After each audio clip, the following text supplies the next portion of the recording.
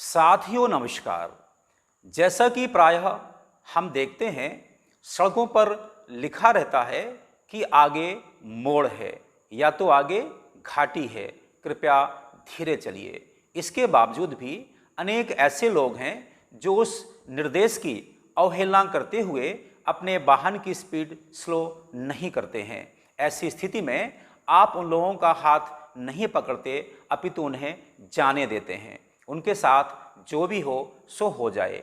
एक दूसरी स्थिति, जबकि नदी में तेज प्रवाह हो रहा होता है और वह खतरे के निशान से ऊपर बह रही होती है, इसके बाद भी यदि कुछ लोग उसमें स्टंट करने को आमादा हैं, तब आप उनका भी हाथ नहीं पकड़ते हैं। उनके साथ जो भी होना है सो हो जाए। किंतु इसके ठीक विपरीत एक ऐसी नौका जिसमें आप भी सवार हैं, यदि कोई सिरफरा व्यक्ति उसमें छेद करने को आमादा है तो आप ही बताइए, क्या आप उसे नहीं रोकेंगे?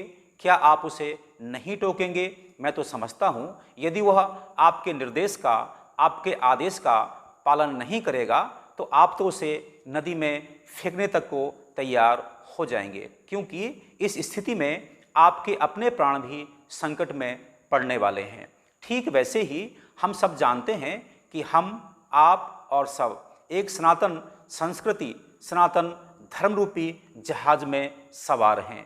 यदि उस पर कोई प्रश्न चिन्ह लगता है, उसमें कोई क्षति होती है, तो उसका प्रभाव हम सब तक पहुंचता है। मैं यहाँ कहना यह चाहता हूँ कि जो हमारी सनातन संस्कृति है उसका सर्वोच्च ग्रंथ वेद है। इसके बाद भी हमने उसमें 6 दर्शनों के छेद होने दिए। हम सभी जानते हैं कि हमारे वेद में एको ब्रह्म द्वितीयो नास्ति की परिकल्पना है, फिर भी हमने उसमें बहुवाद को घुसने दिया और इसका परिणाम यह हुआ कि हम लोग कभी शैव के नाम पर, कभी वैष्णव के नाम पर, कभी शाक्य के नाम पर आपस में ही लड़ते मरते रहे।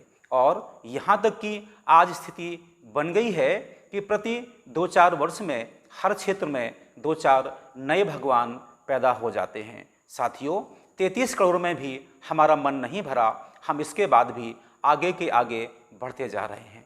और लोग कहते हैं इसमें क्या बिगड़ने वाला, इसमें ये बिगड़ने वाला। मैं आपको बताऊं कि जब हम कभी आर्यावर्त में रहते थे, यह संस्कृति आर्यावर्त की संस्कृति थी, तो हमारे जो एरिया है, हमारा जो क्षेत्रफल है वह था 83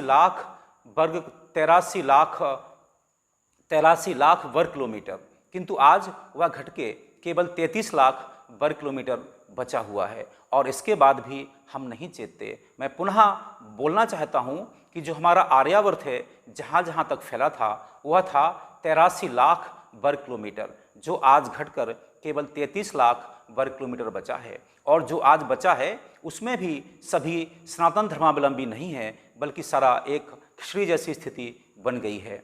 तो आज मैं कहना यह चाहता हूं कि इस प्रकार से ही हमारी नौका में यदि छेद होते रहे, हमने उनका विरोध मुखरता से और प्रखरता के साथ नहीं किया, तो एक दिन ऐसा आएगा कि हमारा जो सनातन संस्कृति का यह जहाज है, घटते घटते 1/3 बचा है, एक दिन ऐसा आएगा कि यह डूब ही जाएगा। आज हम कहीं भाषा के नाम पर, कहीं प्रांत के नाम पर, कहीं श्रेष्ठता और निकृष्टता के नाम पर लड़ते हुए दिखाई देते हैं। और यहाँ पर पाखंडवाद का इतना अधिक बोलबाला है कि उसका चमक के सामने जो सचमुच सच्चाई है वह भी कहीं दबती हुई चली जाती है। और जो कोई व्यक्ति इस पाखंडवाद का विरोध करता है तो लोग उसके विरोध में खड़े हो जाते हैं। मैं आज यह अपील करता हूँ उन सभी लोगों से जो सनातन संस्कृति में अपनी आस्था रखते हैं, प्लीज़ अपने ग्रंथों को पढ़िए, उन्हें समझिए।